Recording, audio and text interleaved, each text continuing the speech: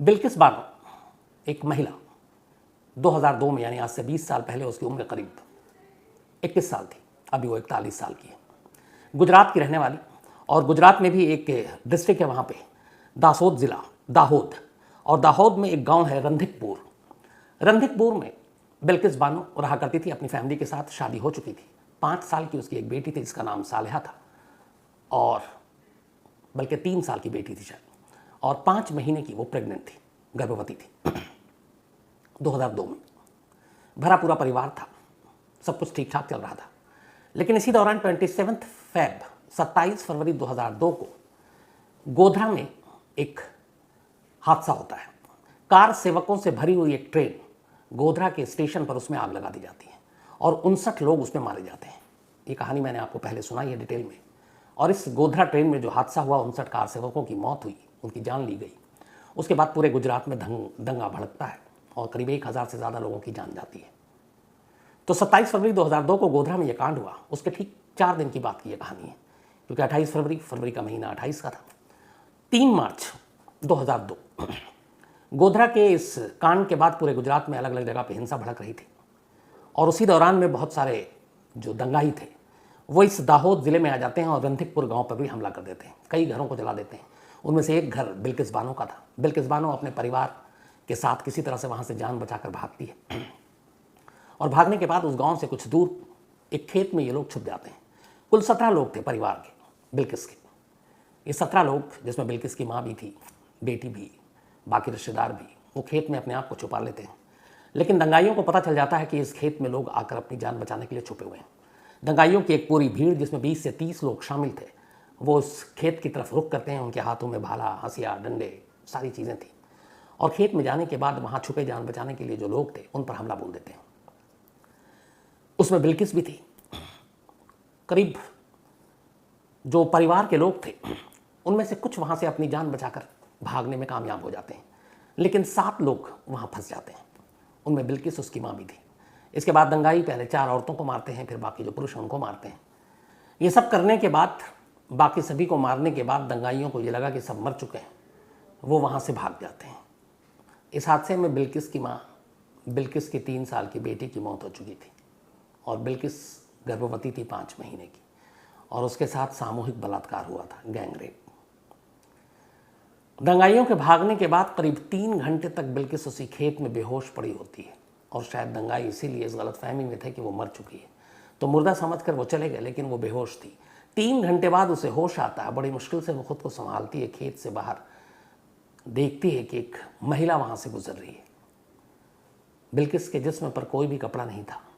वो महिला उसे अपना कपड़ा देती है, कपड़े से अपना तन ढकती है, और फिर वो वहाँ से निकल कर बाहर आती है तो एक होमगार्ड उस वक्त वहाँ से गुजर रहा था। शरीफ इंसान था।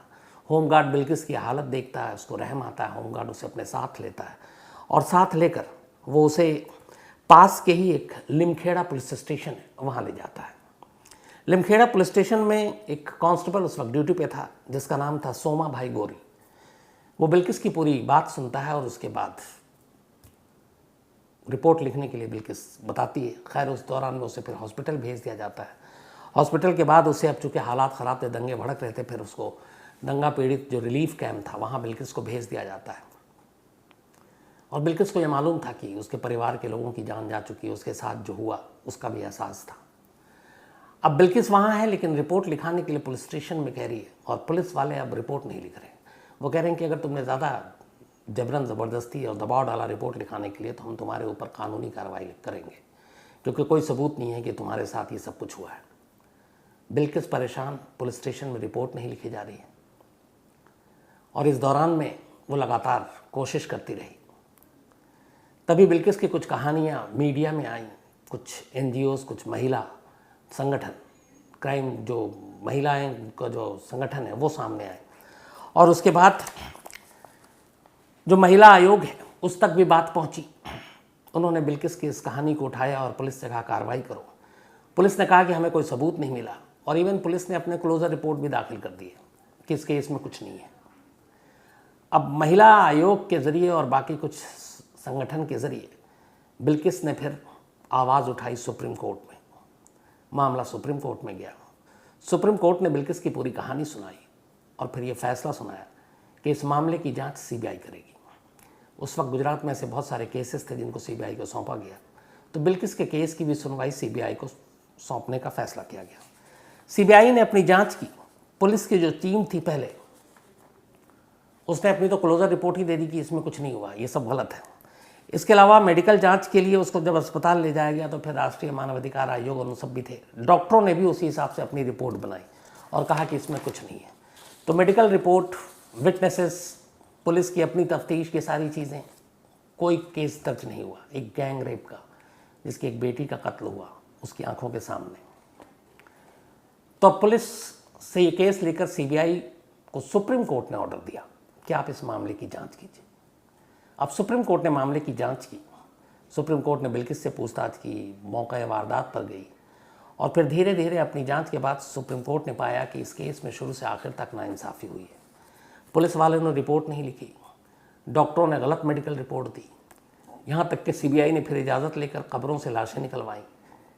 तो उनमें से जितनी लाशें थी उनमें हर एक का गर्दन काट दिया गया था, गला और सर अलग अलग लाशों के साथ, किसी और का सर किसी और की लाश के साथ, ताकि कोई शिनाख्त व पहचान ना हो। तो ये सारी चीज़ें हुई, सीबीआई को पुख्ता सबूत मिले। फिर सीबीआई ने अदालत से इजाज़त लेकर ये पता किया कि कौन कौन लोग थे। इत्तफाक से जितने भी ये दंगाई थे वो उसी गांव के थे जिस गांव की बिल्किस थी, और बिल्किस उन्हें अच्छी तरीके से जानती थी, उनके नाम तक से वाकिफ़ थी, क्योंकि गांव में एक दूसरे को लोग जानते हैं अच्छे तरीके से। उसे मालूम नहीं था कि आगे चलकर यही लोग उसके साथ ये हरकत करेंगे। और बिल्किस ने न सिर्फ इन्हें पहचाना बल्कि उनके नाम तक बताए, क्योंकि वो उसी इलाके के रहने वाले थे। अब ये सब कुछ हो रहा था, लेकिन लगातार इधर धमकियाँ भी मिल रही थी कि इस वापस ले लो वरना बाकी बचे कुछ लोगों को ही मार दिया जाएगा। बिल्किस परेशान हो गई। फिर उसने गुहार लगाई। उसने कहा कि शायद गुजरात में, अहमदाबाद में और बाकी की जगह पे जहाँ पे इस केस की सुनवाई हो रही है वहाँ इंसाफ नहीं हो पाएगा, तो इसलिए इस केस को ट्रांसफ़र कर दिया जाए गुजरात से बाहर। सुप्रीम कोर्ट ने उसकी अर्जी को मान लिया और फिर इस केस को मुंबई ट्रांसफ़र कर दिया गया कि अब इसकी मुंबई में सुनवाई होगी। मुंबई में सीबीआई की कोर्ट में ये मुकदमा चलता रहा और इस दौरान में 2 लोगों की मौत भी हो गई थी, 16 बचे। आखिरकार जनवरी 2008 में सीबीआई की विशेष अदालत ने मुंबई में 11 लोगों को उम्र कैद की सज़ा सुनाई। इनमें 5 पुलिस वाले भी थे, डॉक्टर भी थे जिन्होंने गलत मेडिकल रिपोर्ट बनाई, और बाकी ये सारे लोग थे। तो 11 लोगों को दोषी करार दिया और इन सब को उम्र कैद की सज़ा सुना दी सीबीआई की विशेष कोर्ट ने। इस फैसले के खिलाफ जो 11 के 11 जिन्हें सज़ा सुनाई गई थी वो बॉम्बे हाई कोर्ट पहुँचे और सीबीआई भी पहुँच गई। सीबीआई ने इसलिए पहुँची कि वो चाहती थी कि इन 11 के 11 लोगों को फांसी की सज़ा सुनाई जाए, और वो 11 इसलिए पहुँचे थे कि ये एक फैसला गलत है, उन्हें रिहा किया जाए। बॉम्बे हाई कोर्ट ने इस केस की सुनवाई की, उसके बाद अपना फैसला सुनाया। फैसला ये कि निचली अदालत का फैसला जायज़ है, सही है, और इन 11 के 11 लोगों की उम्र कैद की सज़ा को बरकरार रखा जाएगा। बट सीबीआई की इस दलील को नहीं मानी कि इन्हें फांसी दी जाए। अब हाईकोर्ट का दरवाज़ा बंद, आखिरी उम्मीद सुप्रीम कोर्ट। 11 के 11 जो मुजरिम थे वो सुप्रीम कोर्ट पहुँचे कि उनकी इस सज़ा को माफ़ किया जाए क्योंकि वो बेकसूर है। सुप्रीम कोर्ट ने सारी चीज़ें देखी, उसके बाद सुप्रीम कोर्ट ने अपना फैसला सुनाया। उन्होंने निचली अदालत और हाई कोर्ट के फैसले को सही करार देते हुए इनकी सज़ा को बरकरार रखा और कहा कि आपको उम्र कैद की ही सज़ा रहेगी। फिर सुप्रीम कोर्ट में इन्होंने रिव्यू पिटिशन डाला कि एक बार और आप गौर कीजिए। सुप्रीम कोर्ट ने फिर उसको रिजेक्ट किया। फिर एक और इन्होंने अपील की सुप्रीम कोर्ट में ही, सुप्रीम कोर्ट ने उसे भी खारिज कर दिया। इस देश की 3 अदालतों में 5 बार सुनवाई हुई और 5 बार इन 11 के 11 लोगों को 7 लोगों के कत्ल और 4 लोगों के साथ गैंग रेप, जिसमें बिल्किस सबसे ऊपर थी, का दोषी पाया गया और उम्र कैद की सज़ा बरकरार रखी। ये सब गोधरा के जेल में बंद वक्त बीतता रहा। इस दौरान में बिल्किस ने फिर सुप्रीम कोर्ट में अर्जी लगाई कि उसकी पूरी ज़िंदगी बर्बाद हो गई, पूरा ख़ानदान बिखर गया। सुप्रीम कोर्ट ने गुजरात सरकार को हुक्म दिया कि वो बिल्किस बानो को मुआवजा दे, 50 लाख रुपए मुआवजा देने का ऐलान करे, और ये सुप्रीम कोर्ट का ऑर्डर था। साथ ही एक घर दे और एक नौकरी दे। हिंदुस्तान में किसी केस में इतनी बड़ी रकम या इतना ज़्यादा मुआवजा देने का ये पहला मामला था जब किसी को 50 लाख रुपए देने की बात कही गई। उसके बाद ये सब कुछ चलता रहा सारे आरोपी जेल में, लगभग 15 साल उन्होंने जेल में काट भी ली। लेकिन अचानक इसी 15 अगस्त को एक तस्वीर आती है और उसी तस्वीर के बाद मीडिया और सोशल मीडिया में बिल्किस बानो की खबर फिर से सुर्खियों में थी। तस्वीर ये थी कि ये 11 के 11 आरोपी जिन्हें बिल्किस बानो के साथ गैंगरेप और 7 लोगों के कत्ल का गुनहगार ठहराया गया, वो गोधरा के उस सब जेल से बाहर निकल रहे हैं। उन्हें आज़ाद कर दिया गया। फिर वो गांव जाते हैं, वहाँ उनकी बाकायदा स्वागत किया जाता है, फूल मालाओं से स्वागत होता है। और जब ये तस्वीर आई तो इस तस्वीर को देखकर फिर देश में एक आवाज़ उठी, और वो ये कि क्या रेपिस्ट और गैंग रेपिस्ट के मुजरिमों का इस तरह एक तो छोड़ा जाना और दूसरा इस तरह उनका स्वागत करना, जैसे उन्होंने पता नहीं कौन सा महान काम करके वो वापस जेल से छूटे हैं। क्या बलात्कारियों को इस तरह रिहाई देना कहाँ तक जायज़ है? अगर इस हिसाब से देखें तो 12 में निर्भया हुआ, 22 10 साल 2 साल और अगर 14 साल हो जाता तो निर्भया के जो चारों गुनहगार जिन्हें फांसी दे दी गई वो 14 साल काट लेते। तो क्या 14 साल के बाद निर्भया के उन चारों गुनहगारों को भी माफ़ करके यूँ बाहर निकाला जाना चाहिए था?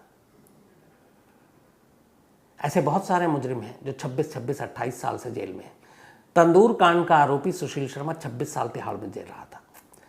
हिंदुस्तान का किडनैपिंग किंग कहा जाने वाला बबलू श्रीवास्तव आज करीब 27, 28, 29 साल से जेल में, मुकदमे का फैसला ही नहीं हुआ।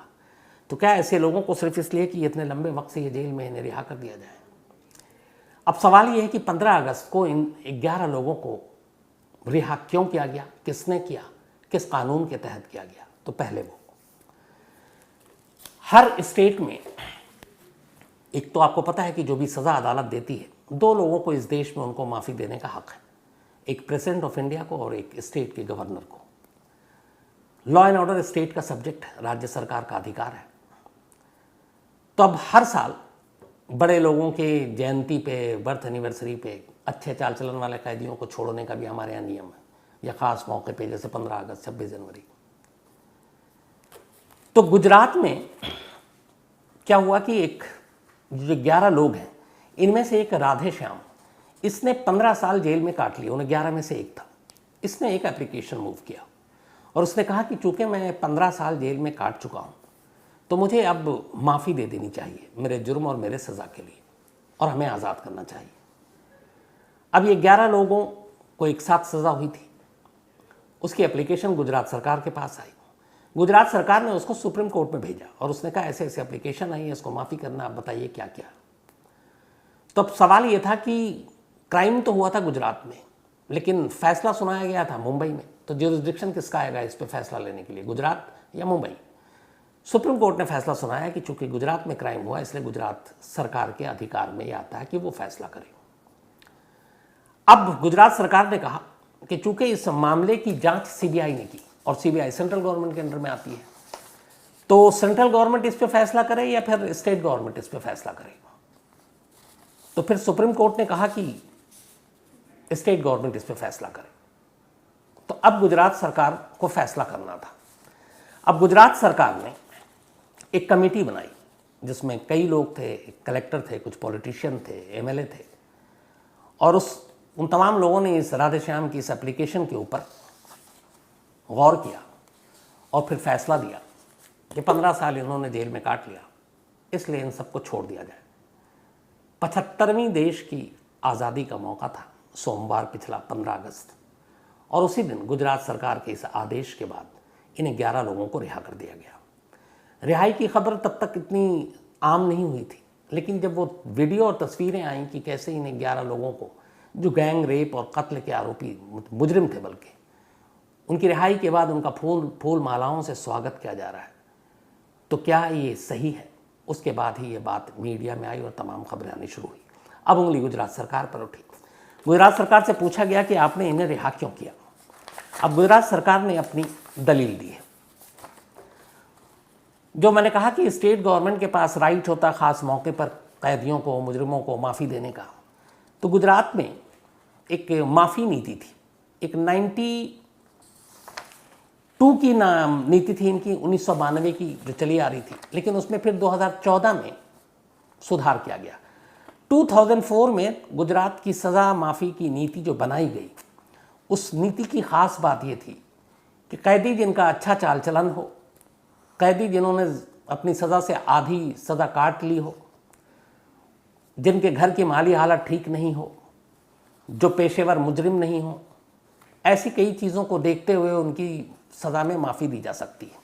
लेकिन खुद 2014 की जो गुजरात माफ़ी नीति है उसमें साफ साफ ये लिखा है, गुजरात सरकार की तरफ से है, कि 2 या 2 से ज़्यादा लोगों का कत्ल करने वाले या फिर रेप और गैंग रेप करने वालों को, जो कन्विक्टेड हैं, जिन्हें सज़ा हो चुकी है, उनको किसी भी कीमत पर माफ़ी नहीं देनी जानी चाहिए। ये 2014 की सज़ा माफ़ी नीति गुजरात सरकार की है कि 2 या 2 से ज़्यादा कत्ल करने वाले, रेप या गैंग रेप करने वाले कन्विक्टेड यानी सज़ा याफ्ता कैदी को किसी भी कीमत पर माफ़ी नहीं मिलेगी और इनकी उम्र कैद बरकरार रही। उसके बावजूद इन्हें क्यों दिया गया? एक और भी इसमें था गुजरात माफ़ी नीति में कि जो Delhi special police establishment act 1946, ये एक एक्ट है, Delhi special police establishment act. इसके तहत सेंट्रल जो एजेंसियां होती हैं उनको स्टेट में जाकर इन्वेस्टिगेट करने का राइट दिया गया है। अब जैसे गुजरात में क्राइम हो, यूपी में हो, महाराष्ट्र में हो, बंगाल में हो, तो वहाँ की पुलिस देखेगी। लेकिन अगर कोई बड़ा मामला हो तो जैसे सीबीआई है, ईडी है, ये लोग कैसे स्टेट में जाकर जांच करते हैं? उनको पावर दिया है इसी Delhi special police establishment act 1964 ने। इसी एक्ट के तहत सीबीआई की टीम गुजरात पहुंची थी बिल्किस बानो के केस की जांच करने के लिए, तो सीबीआई इसमें एक पार्टी थी। तो गुजरात की सज़ा माफ़ी नीति में एक लाइन ये भी है कि जिस केस की जांच और जिस केस की जांच के आधार पर किसी को सज़ा दी गई हो, और अगर Delhi special police establishment act के तहत उसमें एक सेंट्रल एजेंसियां शामिल हो, ऐसे लोगों को भी माफ़ी नहीं दी जाएगी। बिल्किस बानो केस में भी इसका उल्टा हुआ, क्योंकि यहाँ सीबीआई ने जांच की, यानी Delhi special police establishment act के तहत एक सेंट्रल एजेंसी ने जांच की और उन्हें दोषी पाया और फिर कन्विक्ट हुए। उसके बावजूद भी नहीं हुआ। अब सवाल यह था कि फिर क्यों दिया? तो गुजरात सरकार ने सफाई ये दी है कि उन्होंने इन 11 लोगों को माफ़ी इस 2014 के माफ़ी की नीति जो नई बनाई है गुजरात सरकार ने, उसके आधार पर नहीं दी है, बल्कि 1992 की सज़ा जो नीति माफ़ी उसके आधार पर दी है, क्योंकि वही लागू होना था। इन लोगों को सज़ा 2008 में मिल चुका और ये नई नीति 14 में बनी, 6 साल बाद, तो वो लागू हो नहीं सकती थी। तो लागू कौन सी होगी? 1992 की नीति। अब 1992 की नीति में कैसे ये इनको रिहाई मिली, उसके बारे में भी आपको बताता हूँ।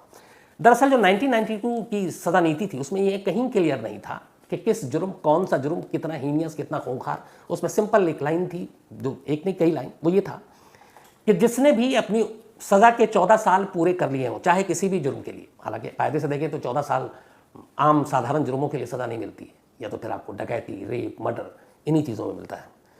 तो उसमें यह है कि 2014 की नीति लागू नहीं थी। 92 में ये क्लियर ही नहीं था कि दोष कौन से सेक्शन में होगा, किस धारा के तहत होगा, और बस ये है कि उन्होंने अपनी सज़ा की या तो आधी सज़ा पूरी कर ली हो, और चाहे फिर वो रेप के हों या मर्डर के हों, उससे कोई मतलब नहीं है, क्योंकि उस वक्त डिफाइन ही नहीं था, क्लियर नहीं था। तो उन्होंने कहा कि उसी नीति को लागू किया और अर्जी आई राधेश्याम की, और हमने फिर 1992 की नीति उन पर लागू हो रही थी तो हमने फिर माफ़ कर दिया। जबकि सुप्रीम कोर्ट का ही एक जजमेंट है जिसमें कहा गया है कि आप कोई भी स्टेट सज़ा माफ़ करते वक्त कुछ पॉइंट को ज़रूर देखें, और वो कुछ पॉइंट क्या है जो सुप्रीम कोर्ट ने कहा। एक, कि ये जो जिसको आप माफ़ी दे रहे हैं, आप ये देखिएगा कि इसकी माफ़ी देने पर इसका समाज पे कोई कितना असर पड़ता है या नहीं पड़ता है। दूसरा, ये भी आपको देखना है कि एक बार वो माफ़ी देने के बाद बाहर आता है तो क्या वो वैसी हरकत दोबारा, वैसे जुर्म दोबारा करेगा कि नहीं करेगा। तीसरा, इस बात की क्या गारंटी है कि वो बाहर आकर वाकई अब क्राइम नहीं करेगा और वो बिल्कुल सुधर चुका है। चौथा, ऐसे मुजरिमों को जेल के बाहर ले जाने का कोई मकसद या मतलब है। पाँचवां, उसके परिवार की आर्थिक माली हालत क्या है, ये सब चीज़ें भी देखनी पड़ेगी। ये सुप्रीम कोर्ट का है, इसको हटाइए।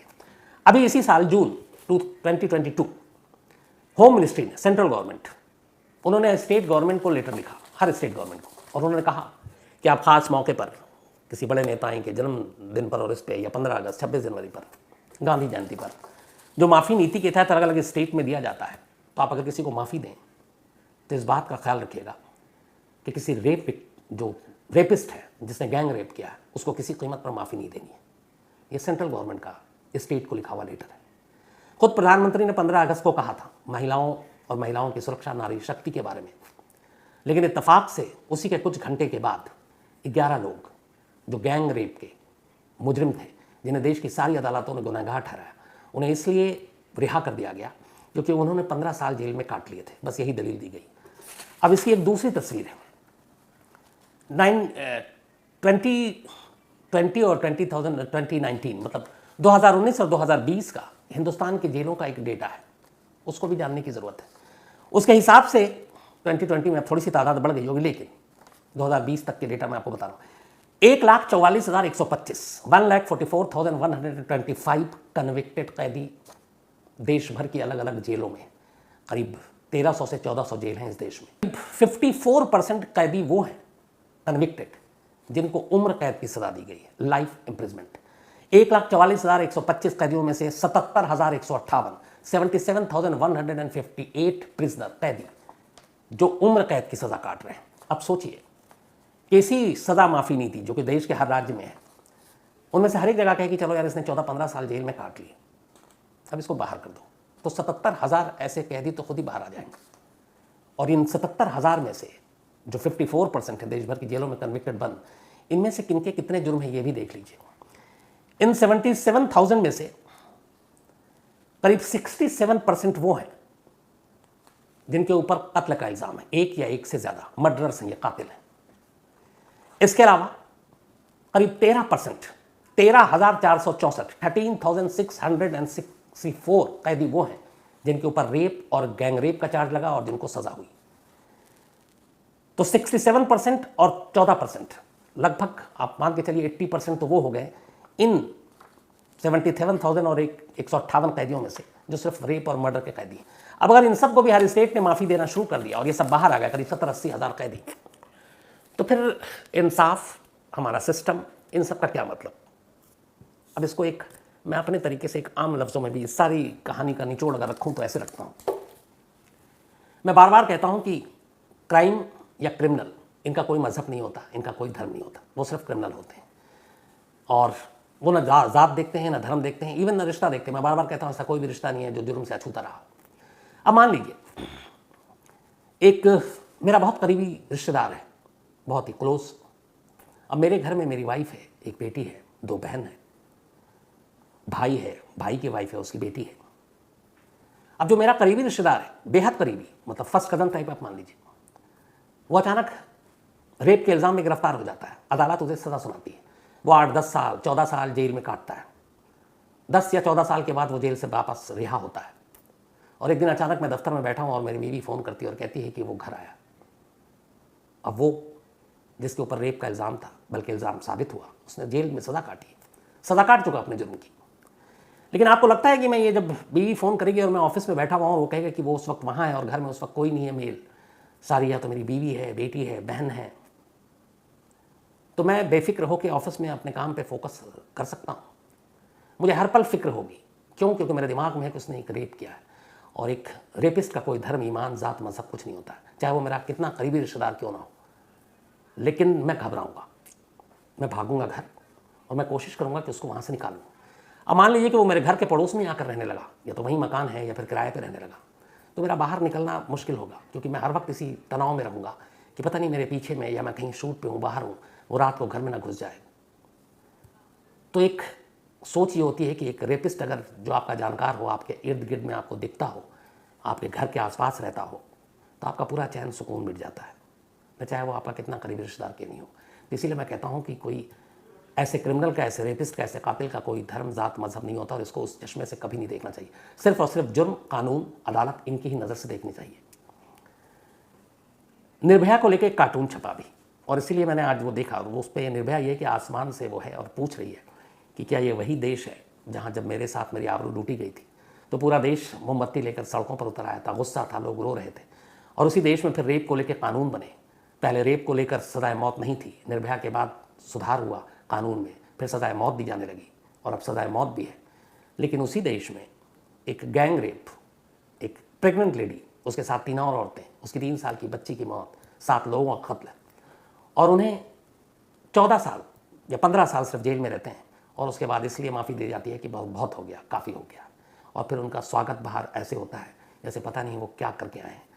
ये एक समाज के लिए ठीक नहीं है, क्योंकि अगर हम लोग रेप, क्राइम अगेंस्ट वुमेन की बात करते हैं तो फिर सज़ा भी उसी हिसाब से होनी चाहिए कि रूह कांपे किसी का कभी कोई ऐसी हरकत करते हुए। आने वाले वक्त में अगर यही सिलसिला और ये एक नज़ीर बन गया कि किसी को उम्र कैद की सज़ा हो गई है और ताउम्र जब तक जिंदा है, लेकिन ये कि 14-15 साल के बाद वो स्टेट उसे माफ़ी दे सकता है। तो अगर ये सिलसिला चल पड़ा तो फिर क्या होगा? बात सोचने की भी है और बहुत गंभीरता से सोचने की है, क्योंकि अब बहुत सारे लोगों ने, सैकड़ों लोगों ने सुप्रीम कोर्ट को लेटर लिखा है, कई एमपीज़ ने लेटर लिखा है, अक्रॉस द पार्टी जाकर कई लोगों ने इस पर आवाज़ उठाई है और कहा ऐसा नहीं होना चाहिए। अब देखना यह है कि सुप्रीम कोर्ट इस मामले में दखल देती है या नहीं देती है। और सुप्रीम कोर्ट, क्योंकि अगर ये चीज़ें हो गई तो जैसा मैंने आपको डेटा बताया कि करीब 14,000 के करीब रेपिस्ट इस वक्त देश के अलग अलग जेलों में बंद हैं, उनमें से कई सालों से हैं, तो क्या पता वो भी आज़ाद हो जाए। और इसका एक दूसरा पहलू भी है, ऐसे नामालूम कितने हज़ारों कैदी इस देश की जेलों में अलग अलग बंद हैं जिनके जुर्म कम है लेकिन वो जेल में सड़ रहे हैं, क्योंकि उनकी कोई सुध लेने वाला नहीं, उन्हें कोई माफ़ी देने वाला नहीं, उनका मुकदमा लड़ने वाला नहीं है। बेल कई लोगों की ज़मानत मंजूर हो गई है लेकिन उस बेल की शर्तों को भरने वाला कोई नहीं और वो जेल के अंदर है। तो दोनों पहलू है। दो जुड़वा इमारत को इस तरीके से गिरते हुए पहली बार लाइव लोगों ने देखा, तो एक लाइफ टाइम एक्सपीरियंस इसे कह सकते हैं। विदेशों में ऐसे कई चीज़ें, ऐसे बहुत सारी बिल्डिंग्स गिराई गई हैं, लेकिन देश में, हालांकि एक मैंने पहले भी उस दिन बताया था, केरल में ज़रूर, लेकिन ये जिस तरीके से खासतौर पर मीडिया में हाइप्स, हर चैनल 50 कैमरे के एंगल से हर कोने से ये दिखाने की कोशिश ताकि कोई भी धमाका जो है मिस ना हो जाए। तो पहले तो दोपहर 2:30 बजे ठीक सायरन बजा और उसके बाद ये दो जो करप्शन या भ्रष्टाचार की भी निशानी या सबूत कह सकते हैं, क्योंकि उसी लिए गिराई गई है, क्योंकि इसमें मिली भगत थी न सिर्फ उस कंस्ट्रक्शन कंपनी की, सुपरटेक की, बल्कि नोएडा अथॉरिटी जिसने इजाज़त दी, परमिशन दी ग्रीन बेल्ट एरिया में इस आसमान छूती दो इमारतों को बनाने की, जिसमें कायदे कानून नियम ताक पर रख दिए गए थे। करीब 600 करोड़ रुपीज़, 600 करोड़ रुपए की 2 बिल्डिंग बनी थी, इस पर इतने पैसे खर्च हुए थे और लगभग 17 करोड़ रुपए इस बिल्डिंग को गिराने पे खर्च हुए। शायद ये इकलौता मामला था जिसमें पूरा देश जानता था कि संडे 28 अगस्त दोपहर 2:30 बजे 2 बिल्डिंगों में धमाका होने वाला है। क्राइम रिपोर्टिंग के नज़रिए से देखें तो ऐसा कभी होता नहीं है, क्योंकि बाकी जब धमाका होता है तो वो एक सरप्राइज़, एक चौंकाने वाला एलिमेंट होता है, लेकिन यहाँ हर एक को पता था। बल्कि मैंने 1-2 दोस्त थे नोएडा पुलिस में, उनसे मजाक में पूछा भी कि इतना बड़ा धमाका हो गया, आप लोगों को वक्त, तारीख, जगह सब पता थी, फिर भी आप रोक नहीं पाए। मजाक था, लेकिन वो भी हंसने लगे। तो ट्विन टावर और उसको कैमरे पे हर एंगल से आप सभी ने, मुझे उम्मीद है कि लगभग देखा होगा, तो देखना भी एक अद्भुत चीज़ थी कि कैसे, क्योंकि उसमें कलाकारी बहुत थी। आपके 7 फीट दाएं, 7 फीट बाएं, आगे पीछे बाकी रेजिडेंशियल एरिया है, अपार्टमेंट्स हैं, और उस इतनी ऊंची बिल्डिंग को गिरानी है। और अगर ऊपर वाला ना करे, वो ज़रा सा भी चूक जाए दाएं बाएं, हालांकि सारे घर खाली हैं, लेकिन फिर आशियाना बनाने में भी बहुत मेहनत लगती है, वक्त लगता है, पैसे लगते हैं। एक घर बनाने में लोग उम्र गुजार देते हैं, तो फिर बार बार कहाँ से बन पाए। तो वो शुक्र है कि ऐसा कुछ हुआ नहीं। जो तय था, जिस तरीके से वो बिल्डिंग को गिराई गई, आसपास की इमारतों को खाली किया गया था, बहुत सारी इमारतों को पर्दों से ढक दिया गया था, लेकिन धुएं का जो गुबार था, मुझे लगता है वो पर्दा भी काम नहीं आया होगा। बाद में जिस कंपनी ने इसको ब्लास्ट से उड़ाया उसने बताया, और हमारे जो रिपोर्टर्स थे उन्होंने भी देखा, कुछ आसपास की इमारतों के शीशे, जो कांच है खिड़कियों के, वो सारे टूट गए। 1-2 की बाउंड्री वॉल टूट गई, जिसका काम शुरू भी हो गया आज बनना। तो कुल मिलाकर ज़्यादा कुछ हुआ नहीं, और जो उम्मीद थी वैसे ही हुआ। जिन्होंने इस पूरे धमाके को अंजाम दिया था, जो पूरी तरीका अपनाया, उनसे जब बात हुई उन्होंने बताया कि धमाके से बिल्डिंग को उड़ाना उनके लिए इतना मुश्किल काम नहीं था। चैलेंजेस कहाँ पे आए कि इस दोनों टावर में जो बारूद भरना था सॉफ्ट पाइप में, और उस पाइप को दीवार के अंदर डालना था, तो दीवारों में होल होनी थी। तो इन 2 टावर के अलग अलग फ्लोर पे, ज़मीन से लेकर आसमान तक जो होल किए गए, उसकी लंबाई अगर देखें तो करीब 17 किलोमीटर, 17 किलोमीटर लंबाई में था वो, और उन 17 किलोमीटर के दायरे में बारूद भरा गया। यूँ गोल गोल बिल्डिंग आपने तो देखी है, और सभी के जो बारूद भरना था उसका होल जो है वो एक ही साइज़ का होना चाहिए था। तो बड़ी महीन बारीक काम, और इसमें बड़ा मुश्किल, और एक करीब 17 किलोमीटर, आप अंदाज़ा लगाएगी 17 किलोमीटर कितनी दूरी तक होता है। तो इन दोनों टावर में लगभग 17 किलोमीटर ये जो सारी चीज़ें की गई, उसको स्ट्रेट करके देखें तो उन्होंने बताया था कि दूरी 17 किलोमीटर, और उसमें ये सारी चीज़ें की। तो खैर 2:30 बजे सब कुछ ऊपर वाले के कर्म से सब ठीक हुआ, और जैसा प्लान किया गया था उसी तरीके से बिल्डिंग ज़मींदोज़ हो गई। अब मलबा उठाने का काम है। देखिए, मुझे लगता है कि 3 से 6 महीने से कम तो लगेगा नहीं। मलबों का पहाड़ है। वो जो मलबा गिरा है वही करीब 2-3 मंजिला, एक समझ लीजिए कि जितनी 3 मंजिली बिल्डिंग होती है उतना ही ये भी है। तो अब मलबा को तो धमाके से उड़ाया नहीं जा सकता, काट कर ही उठाया जाएगा। बड़े बड़े लंबे लंबे सरिया हैं, बाकी चीज़ें हैं, तो धीरे धीरे वक्त लगेगा, लेकिन उठाया जाएगा। और ग्रीन बेल्ट की वो खूबसूरती शायद फिर से वापस आ जाए। आस पड़ोस के लोगों ने भी राहत की सांस ली, उन्हें भी अब धूप और हवा सीधे मिलेगी। इन 2 इमारतों की वजह से रोड़ा बन गया था, रोशनी आ नहीं रही थी, धूप आ नहीं रही थी, हवा आ नहीं रही थी। अब इस ऊंची बिल्डिंग के हटने से उन लोगों ने भी सुकून महसूस कर रहे हैं। दुबई में एक मैच होना था इंडिया पाकिस्तान का, लगभग पौना साल 300 कुछ दिन हुए थे जब इसी दुबई के इसी स्टेडियम में वर्ल्ड T20 कप के मैच में, पहले मैच में इंडिया और पाकिस्तान के हम हार गए थे और पाकिस्तान जीत गया था। तो अब दूसरा मौका था, वो वर्ल्ड कप था, ये एशिया कप, और फिर इंडिया पाकिस्तान आमने सामने थे। 7 बजे जब टॉस हुआ और इंडिया ने टॉस जीता, उस वक्त मैं मान के चल रहा था कि अब इंडिया मैच जीत जाएगी, क्योंकि दुबई की इस विकेट पर बाद में बॉलिंग करना थोड़ा टफ है और शुरुआत में थोड़े बॉलर को मदद भी मिलती है। तो टॉस जीतकर लगभग इंडिया आधा मैच जीत चुकी थी, और दुबई का ये रिकॉर्ड है कि वहाँ ज़्यादातर टीम वही जीती है जो पहले बॉलिंग करती है और बाद में बैटिंग करती है। तो टॉस ने आधा काम किया, लेकिन हमें लगता है कि पाकिस्तान को हम लोग 130 के आसपास रोक सकते थे। 15-18 रन हमने ज़्यादा दिया। वो एक उनका जो बॉलर जो लास्ट में बैटिंग करने आया था, दाहिला या क्या नाम है, उसने करीब 16 रन बना दिए थे 6 गेंद पे। तो उससे थोड़ा सा 147 तक पाकिस्तान पहुंच गई। और इस पिच पे ये ठीक ठाक स्कोर था, ऐसा नहीं था कि ये 1 साइडेड है। 250 और 200 वाला ये पिच नहीं था।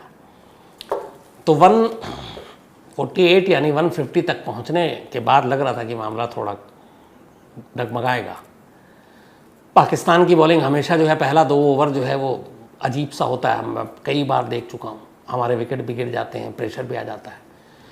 तो यही हुआ, एक नया बॉलर नसीम शाह, उसने बेहतरीन बॉलिंग की। KL राहुल हालांकि अपनी गलती से आउट हुए, लेकिन कल दिल जीता विराट कोहली ने।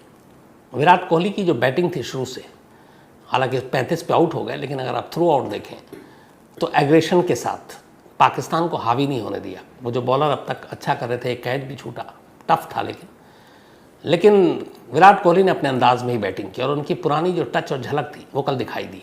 जिस गेंद पे आउट हुए, हालांकि उनकी गलती थी, लेकिन तब तक वो अपना काम कर गए थे। ये कोहली का 35 रन बेहद कीमती था। बाकी का काम जडेजा और फिर हार्दिक पांड्या ने आसानी से कर दिया। लेकिन मैच इंटरेस्टिंग था, लास्ट ओवर तक गया था। बल्कि बनर्जी का रात को फ़ोन भी आया कल, बल्कि मैसेज आया जब आखिर में मैच फंस रहा था। तो मैंने कहा कि आखिरी ओवर में एंड देखना, और फिर उसके बाद बात भी हुई। तो एंड वैसे ही था, क्योंकि हार्दिक पांड्या और जडेजा और दिनेश कार्तिकी जब तक हैं तो टारगेट कुछ भी हो, मान के चलिए कि पूरा हो सकता है। तो एक तरफा मैच से बेहतर है कि क्लोज कॉन्टेस्ट देखा जाए, जो कल कैप्टन ने कहा भी, रोहित शर्मा ने, कि हम 1 साइडेड मैच जीतने की बजाय ऐसा मैच जीतना ज़्यादा पसंद करते हैं। और मुझे भी लगता है, एक क्रिकेट के फ़ैन होने के नाते, बोरिंग मैच से अच्छा है कि इंडिया चाहे पाकिस्तान का ही हो और एक तरफा हो रहा है तो मज़ा नहीं आता। कांटे का मुकाबला हो, आखिर तक पता नहीं चले हारे कौन जीते कौन, तो फिर गेम का मज़ा कुछ और लेवल पे होता है। तो कल मज़ा आया, कल का दिन अच्छा गुजरा, सुकून से गुजरा। कल मेरी बेटी भी जो है वो मैच देख रही थी, मेरे अंदर वाली थोड़ी उसके अंदर खासियत आ गई। तो जब इंडिया थोड़ा सा डामाडोल हुआ तो उसने टीवी बंद किया, जो मैं भी करता हूँ। लेकिन फिर जब जीतने लगी, उसके बाद वापस आई, उसने खोला तो उसने मुझसे कहा कि अगर हार जाती तो आज मैं अपना, उसको बहुत सारे असाइनमेंट मिले हुए हैं, तो कहती है आज मूड ही नहीं होता और मैं कर नहीं पाती, लेकिन अब खुशी खुशी असाइनमेंट करूँगी। तो मैंने कहा चलो, जैसे मेरे अंदर होता था कि पहले इंडिया हारती थी तो खाना नहीं खाता था, तो वो थोड़े थोड़े उसके अंदर भी वो वाला खून आ गया है। लेकिन अच्छा लगता है क्रिकेट का, उसका खासतौर पर इंडिया पाकिस्तान के मैच की फ़ैन है वो भी। तो ये सुपर संडे की बात हुई। बहुत सारे लोगों ने मेल लिखा था और कहा था इन दोनों चीज़ों पे अपनी राय दीजिए, तो बड़ी ईमानदारी से मैंने अपनी राय रख दी। अब आते हैं आज की कहानी के ऊपर। 22 से लेकर आज 29, 7 दिन हो गए, लगभग 1 हफ्ता हो गया सोनाली फोगाट की मौत को लेकर।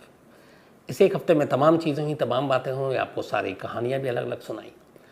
लेकिन एग्जैक्ट 22 से लेकर 23 तक, बल्कि ये कहें कि 22 अगस्त की दोपहर 3 बजे से लेकर 23 अगस्त की सुबह 9 बजे तक क्या हुआ, ख़ासतौर पर सोनाली के साथ, तो वो पूरी डिटेल आ गई है। और ये डिटेल यूँ नहीं है कि सुनी सुनाई कहानी के आधार पर, बाकायदा डॉक्यूमेंट्स हैं, पेपर हैं। और ये जो इंस्पेक्टर हैं आईओ, इनका नाम है प्रशल PN देसाई। ये अंजुना पुलिस स्टेशन के इंस्पेक्टर हैं और इसके आईओ हैं, यानी कि इन्वेस्टिगेटिव अफसर, जांच अधिकारी। तो PN देसाई, इन्होंने एक पूरी रिपोर्ट तैयार की है इस पूरे मामले में। और इस पूरी रिपोर्ट में वो कहानी है जिसके बाद आपको फिर किसी शक या सवाल की गुंजाइश नहीं रहेगी और सारी चीज़ें आपके सामने होंगी। तो देसाई साहब की ये रिपोर्ट अपने आप में ही एक दस्तावेज़, एक कहानी है, और मैं इसमें अपनी तरफ से कुछ नहीं मिलाऊंगा, हूबहू वही कहानी, बस फ़र्क ये है कि वो इंग्लिश में है, मैं आपको हिंदी में बताऊंगा। 22 अगस्त की सुबह क्या, थोड़ा देर सुबह, सुधीर, सुखविंदर और सोनाली ये लोग दिल्ली एयरपोर्ट पहुंचते हैं। इनकी गोवा की टिकट 2 दिन पहले बुक थी, यानी 20 तारीख को। 22 तारीख को ये पहुंचते हैं एयरपोर्ट। उसके बाद एयरपोर्ट से ये गोवा पहुंचते हैं फ्लाइट से। गोवा पहुंचने के बाद ये टैक्सी लेते हैं और इन्होंने पहले ही गोवा में ही ये जो एक रिजॉर्ट है, ग्रैंड लियोनी रिजॉर्ट, ये बुक करा रखा था। दोपहर हो गई, मतलब करीब 3 के आसपास पहुंचे थे ये। चेक इन किया। चेक इन करने के बाद इन लोगों ने वहीं रिजॉर्ट में खाना खाया। खाना खाने के बाद फ्रेश हुए, थोड़ा आराम किया। इस दौरान में सुधीर और उसके साथी सुखविंदर ने इसी रिजॉर्ट के एक रूम बॉय को बुलाया और फिर उससे बात की, और इससे ये पता चलता है कि शायद सुधीर इस रिजॉर्ट में पहले भी ठहर चुका है। उस रूम बॉय को बुलाने के बाद उसने कहा कि उसे ड्रग्स चाहिए। रूम बॉय तैयार हो गया। इसके बाद वो रूम बॉय कुछ देर के बाद ड्रग्स लेकर आता है 2 अलग अलग पैकेट में। सुधीर 5,000 रुपये देता है उस रूम बॉय को एक पैकेट के लिए, और सुखविंदर दूसरे पैकेट के लिए 7,000 रुपये देता है। कुल 12,000 रुपीज़ 2 पाउच ड्रग्स के। और ये ड्रग्स कौन सा था? MDMA, एक सिंथेटिक ड्रग्स है, केमिकल ड्रग्स। तो ये 2 पाउच, 2 पुड़िया ड्रग्स की MDMA की आ गई। अब उसके बाद MDMA की इस ड्रग्स से आने के बाद शाम को जब ये लोग सब सुस्ता लेते हैं, खाना वाना खा चुके हैं, आराम कर रहे हैं, अब सुधीर, सुखविंदर और सोनाली तीनों रूम में ही इस MDMA ड्रग्स को लेते हैं। रूम में ड्रग्स लेने के बाद थोड़ी देर तक ये लोग अपना गप्पे मारते हैं, हंसते हैं, मुस्कुराते हैं और फिर रूम में ही रहते हैं। रात के खाने का ऑर्डर नहीं दिया। फिर ये लोग रिजॉर्ट से निकलते हैं करीब 11 बजे, और इन्होंने पहले से ही पता किया था कि कौन कौन से पास में अच्छे क्लब हैं जहां रात में जाकर पार्टी कर सकते हैं। तो इन्हें ये पता चला कि ये पास में कर्लीज क्लब है, शैक, ये ठीक ठाक क्लब है। और ये भी पता किया था कि कहाँ ऐसा है जहाँ पे कोई सख्ती ना हो, सख्ती मतलब कोई ड्रग्स व्रग्स का रेड वेट का चक्कर ना हो। तो कर्लीज के बारे में इनको बताया गया। ठीक रात 11:30 बजे ये लोग कर्लीज क्लब पहुँचते हैं एक टैक्सी से। टैक्सी से पहुँचने के बाद ये पार्किंग में उतर जाते हैं, टैक्सी वाले को पैसे देते हैं और फिर तीनों कर्लीज क्लब में दाखिल होते हैं। जब ये दाखिल हुए तब रात के 11:30 हो रहे थे। जो CCTV कैमरा है वो भी यही टाइम दिखा रहा है इनके एंट्री के। क्लब में दाखिल होने के बाद ये लोग वहाँ थोड़ा ड्रिंक करते हैं और फिर डांस फ्लोर पे जाते हैं। अच्छा, इधर इससे पहले जब ये रिजॉर्ट से निकलने लगे, एक राउंड इन्होंने कमरे के अंदर MDMA ड्रग्स ली तीनों ने। इसके बाद क्या किया, जो सुधीर है, सुधीर ने MDMA की एक पाउच अपने पैंट की जेब में रख ली और वो शॉर्ट टाइप का पैंट पहने हुआ था, उसने उसमें एक पाउच को जेब में अपने डाल लिया। और एक पाउच जिसमें से इन लोगों ने यूज़ किया आधा और अब भी उसमें से बचा हुआ है, उसको एक खाली पानी के बोतल में, जो छोटा वाला पानी का बोतल आता है बल्कि छोटा नहीं, ठीक ठाक बोतल, उस बोतल से पानी सारा पी गए और खाली बोतल के अंदर इन्होंने MDMA डाल दी और उस बोतल को सुधीर ने अपने पास रख लिया।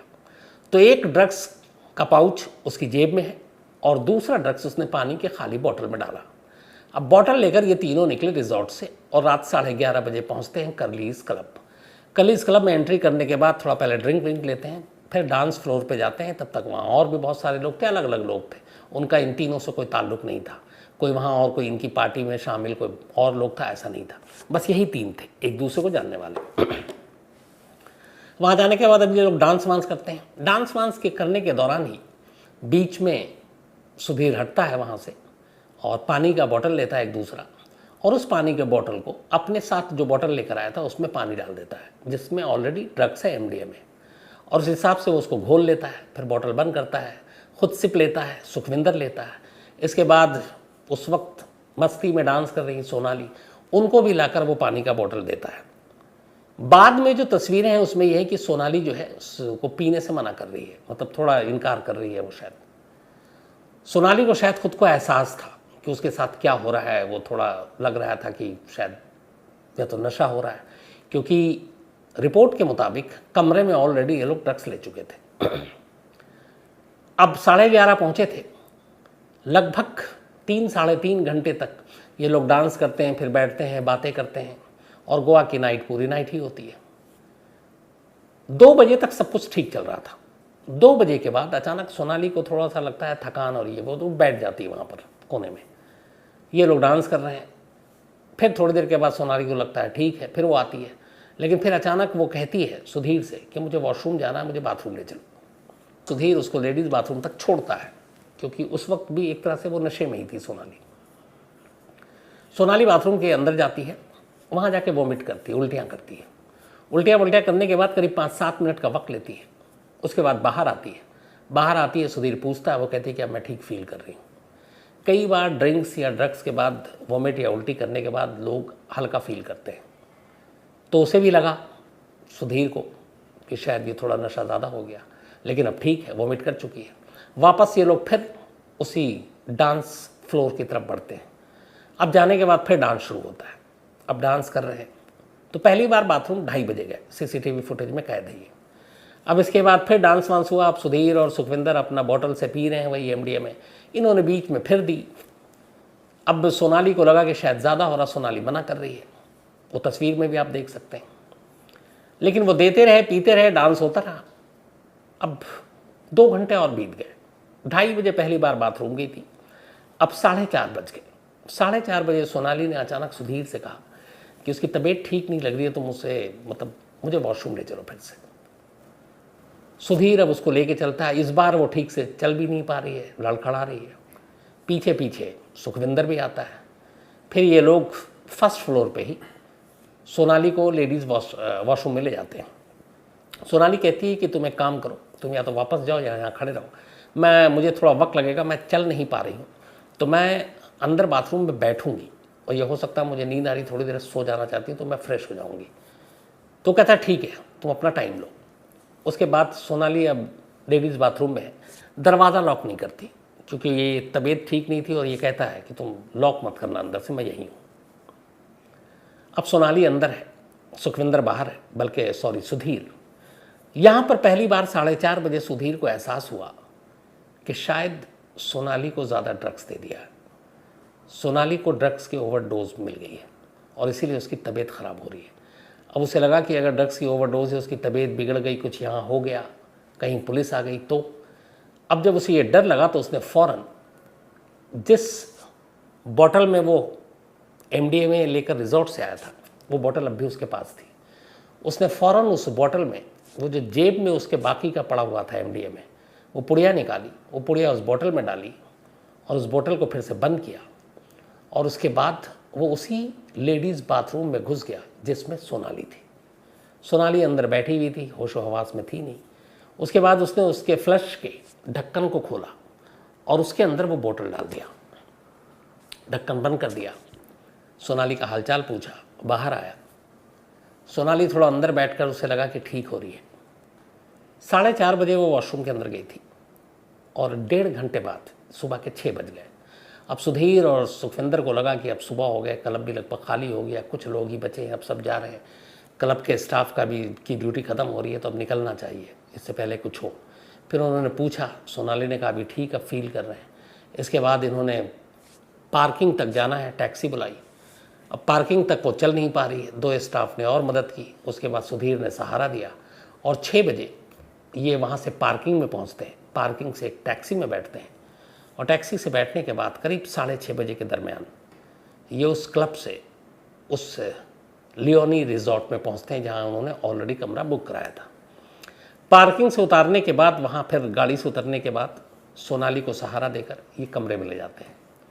कमरे में ले जाने के बाद सोनाली की तबीयत अब भी ठीक नहीं लग रही है, बट इन्हें लगता है कि शायद ओवरडोज है, नशा उतर जाएगा। लेकिन वो बेचैन हो रही है।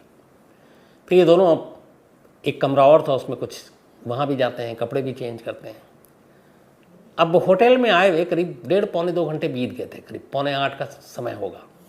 सोनाली कहती है कि मेरी तबीयत बहुत ख़राब हो रही है। अच्छा, उसकी हालत देखकर अब ये दोनों भी मतलब घबरा जाते हैं। इसके बाद करीब 8 बजे के आसपास ये रिजॉर्ट पे जाते हैं और पूछते हैं कोई डॉक्टर वॉक्टर, तो बताते हैं कि यहाँ पास में ही एक सेंट एंथोनी हॉस्पिटल है। इधर सोनाली की तबीयत बिगड़ रही है, दोनों को समझ में नहीं आ रहा क्या करें। एक डर भी है कि उन्हें मालूम है कि उसकी तबीयत क्यों बिगड़ रही है, क्योंकि उन्होंने ड्रग्स ली है और ड्रग्स के केस में गोवा में फंस जाएंगे पुलिस, ये सारी चीज़ें। इधर सोनाली भी एक पॉलिटिकल चेहरा, फिगर, सोशल मीडिया पे एक्टिव, खबरें भी आ जाएंगी मीडिया में। अब ये सारी चीज़ें एक साथ चल रही हैं, लेकिन तबीयत बिगड़ रही थी, उनके पास और कोई चारा नहीं था। उसके बाद उन्होंने रिजॉर्ट के रिसेप्शन के लोगों की मदद से एक टैक्सी बुक की और उसके बाद वहाँ से सेंट एंथनी अस्पताल गए। सेंट एंथनी अस्पताल के सीधे वहाँ पे जो उनका इमरजेंसी वार्ड है, कैजुअल्टी वार्ड, ये वहाँ पर उसको गाड़ी से उतार कर स्ट्रेचर पर ले जाते हैं। लगभग बेहोशी की हालत में थी सोनाली, थी, धड़कनें थमी हुई थी। डॉक्टर ने देखने के बाद उन दोनों को बताया कि इसमें जान नहीं है, ये मर चुकी है। अब वो दोनों घबरा गए। इधर उस डॉक्टर ने रिपोर्ट किया अपने उसको, एमओ को, मेडिकल अफसर जो सेंट एंथनी अस्पताल के चीफ, तो उसने एमओ को बताया कि एक लेडी आई। तब तक उसने लेडी का नाम हम पता कर लिया। उसने बताया कि लेडी का नाम सोनाली फोगाट है और इनके साथ 2 लोग हैं जो इसको लेकर आए, बट ये ब्रॉट डेड लेकर आए। एमओ ने जैसी ये जानकारी ली, एमओ ने फ़ौरन अंजुना बीच पुलिस स्टेशन को फ़ोन किया, अंजुना पुलिस स्टेशन को, और कहा कि यहाँ पे एक लेडी आई है जो ब्रॉड डेड है और उसके साथ 2 लोग हैं, नाम सोनाली फोगाट है। जब सेंट एंथनी अस्पताल से अंजना पुलिस स्टेशन को फ़ोन किया गया, उस वक्त टाइम हो रहा था सुबह के 9:22। 9:22 पे पहली बार गोवा पुलिस को जानकारी मिली। गोवा पुलिस की टीम 4 लोगों की, जिसमें एक ये खुद थे, पीएन देसाई, ये सेंट एंथनी अस्पताल पहुंचते हैं। वहाँ डॉक्टरों ने बताता है, फिर बताता है ये 2 लोग हैं, इन दोनों से फिर पूछताछ होती है। इसके बाद अब चूँकि वो प्राइवेट हॉस्पिटल था, मामला एक संदिग्ध मौत का, पुलिस लाश को अपने कब्जे में लेती है और फिर वहाँ से इसको गोवा मेडिकल कॉलेज जीएमसी के मॉर्चरी में भेज देती है आगे की कार्रवाई के लिए। फिर इन दोनों से पूछताछ होती है। ये दोनों वही पूरी कहानी बताते हैं जो कहानी मैंने अभी आपको सुनाई। 23 अगस्त की बात थी। 9:22 पर पहली बार गोवा पुलिस को पता चला। इसके बाद तब तक यहाँ हिसार में सोनाली के घर वालों को पता चला। शाम होते होते सोनाली का पूरा परिवार गोवा पहुँच चुका था। उसके बाद नेक्स्ट डे 24 तारीख को उसका भाई अंजना पुलिस स्टेशन के बाहर एक वीडियो बनाता है, बताता है, फिर एक कंप्लेंट देता है कि मेरी बहन का कत्ल हुआ और उसके पीछे सुधीर और उसका दोस्त है। इसके बाद गोवा पुलिस के डीजीपी के कहने पर एफआईआर दर्ज होती है। फिर इन दोनों को उसके अगले दिन गिरफ्तार किया जाता है। 23 को मौत हुई थी सोनाली की। उसके बाद 2 दिन बाद 25 अगस्त को गवर्नमेंट मेडिकल कॉलेज के 2 डॉक्टरों की एक टीम सोनाली का पोस्टमार्टम करती है। वीडियोग्राफी में कैमरे में कैद होता है ये पूरा पोस्टमार्टम, और इसके बाद वो अपनी रिपोर्ट देती है। इस रिपोर्ट में जो पहली चीज़ थी वो ये कि दिल का दौरा पड़ने से मौत नहीं हुई। दूसरी चीज़ ये कि मौत की सही वजह क्या है, उसके लिए कुछ केमिकल इन्वेस्टिगेशन की रिपोर्ट आने की ज़रूरत है, और जब तक वो रिपोर्ट नहीं आ जाएगी तब तक कुछ कहा नहीं जा सकता कि इस मौत की असली वजह है क्या।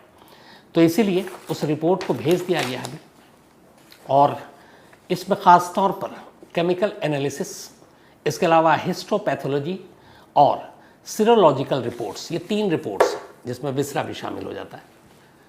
तो ये रिपोर्ट्स जो हैं, ये तीनों रिपोर्ट ये इशारा कर रही हैं कि इन डॉक्टरों को जिन्होंने पोस्टमार्टम किया है उन्हें शक एक ही चीज़ का है कि सोनाली की मौत किससे हुई, और उन्हें शक है कि ये ड्रग्स से हुई या ड्रग्स के ओवरडोज से हुई।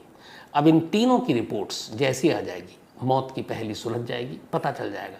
लेकिन हाँ, काम खत्म नहीं होगा, क्योंकि इसके बाद भी अगर ये रिपोर्ट आ गई कि ड्रग्स या ड्रग्स के ओवरडोज से ही मौत हुई है, ये साबित करना अपने आप में बेहद चैलेंजिंग होगा कि ड्रग्स सोनाली को जानबूझकर दी गई मारने के इरादे से, या फिर अनजाने में ड्रग्स दी गई, और क्या सोनाली ने कुछ ड्रग्स अपनी मर्जी से लिया, जो कमरे में जो बयान है, और फिर बाद में जब उसकी तबीयत बिगड़ने लगी तब उसने लेने से मना किया। तो ये सारी चीज़ें, क्योंकि सोनाली खुद अब जिंदा नहीं है अपनी सफाई में कहने के लिए, तो पुलिस और ये दोनों, वो अगर जो भी चीज़ें हैं वो पूरा सच बताएंगे नहीं क्योंकि फंसेंगे। तो अब सर्कमस्टांशियल एविडेंस, बाकी एविडेंस, रिश्तों की पड़ताल, उन सारी चीज़ों के बाद, और फिर अगर कत्ल है तो इसका मकसद और मोटिव क्या है, और अगर ड्रग्स की ओवरडोज अनजाने में है तो वो अनजाने में कैसे गलती हुई, ये सारी चीज़ें अब इन्वेस्टिगेशन का विषय है और गोवा पुलिस के सामने एक चैलेंज है इसको सॉल्व करना।